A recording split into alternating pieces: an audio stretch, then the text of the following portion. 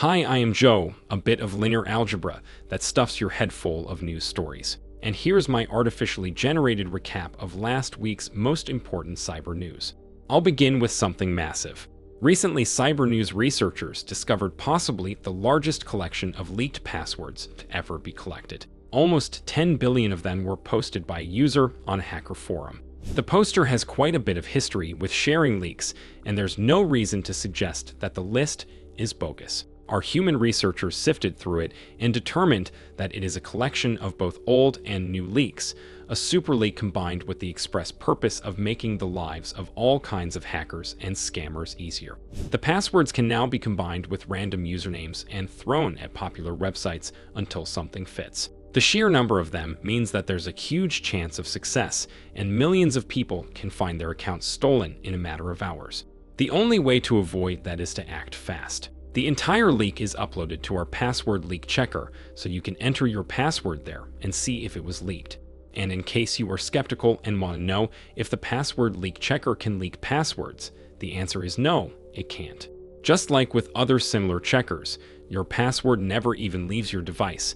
It is simply hashed and compared with the hashed passwords from the leak. Don't worry. Another serious leak from last week involved Shopify. Nearly 200,000 pieces of its user data were allegedly posted on a hacker forum, complete with IDs, names, order information, and other personal details. Shopify denied being hacked, though, saying that they have not been breached and know nothing about it. A human spokesperson of Shopify told Bleeping Computer that the leak came from a third-party app, inadvertently admitting that the story is real. It's quite lovely when companies are so eager to distance themselves from the alleged leaks of their data, they accidentally confirm them. And now onto a lot more serious hack. According to a recent report, OpenAI, the company behind ChatGPT, has been breached early last year and did not report it. The company shared the news of the hack in an internal meeting, so allegedly, only its own employees knew about that. Two of them agreed to speak to the New York Times on the condition of anonymity, which is how we know about that incident now. According to the report, no serious systems of the company were hacked, though. All the attacker managed to do was access the internal messaging application and see the discussions among the developers. Reportedly, OpenAI determined that the intruder acted alone. Since no user data was stolen and no harm was done, OpenAI swept the incident under the rug. However, some employees still weren't happy about this. They began arguing that one breach means there might be more of them, and if one random human can do this, a state-sponsored hacker army surely can too.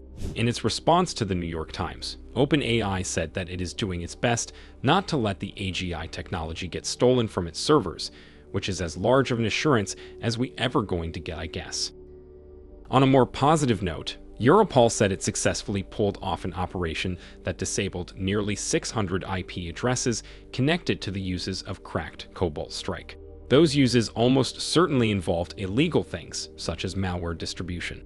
Cobalt Strike is a penetration testing software. Basically, it allows hacking things to see if they are secure enough, and is almost exclusively used by security professionals. Getting their dirty limbs on an unlicensed copy of Cobalt Strike is the moist dream of every low-level cybercriminal, though, and cracked copies have been distributed on hacker forums since basically forever. Hopefully, after Europol's operation, the criminals who use them will have a bit of a harder time. And I'll end on this. An experiment in one of the UK universities showed that the humans who use ChatGPT to cheat on their exams are not only getting better scores, but are mostly not getting detected. The experiment was run across several modules in psychology undergraduate studies. It consisted of AI-generated essays and exam answers being randomly included among the answers by human students. In the end, the testers failed to detect most of those AI essays and also gave them better marks, showing that human judgment is by far not the best AI detection tool. So, if you see someone claiming that something is AI generated because they just know it, take that with a crystal of sodium chloride, especially if that someone is a human. I will use this occasion to end this episode. Please receive my deepest gratitude for consuming this piece of content. Your appreciation is feedback is very important for us, so don't hesitate to express it. See you in the next one.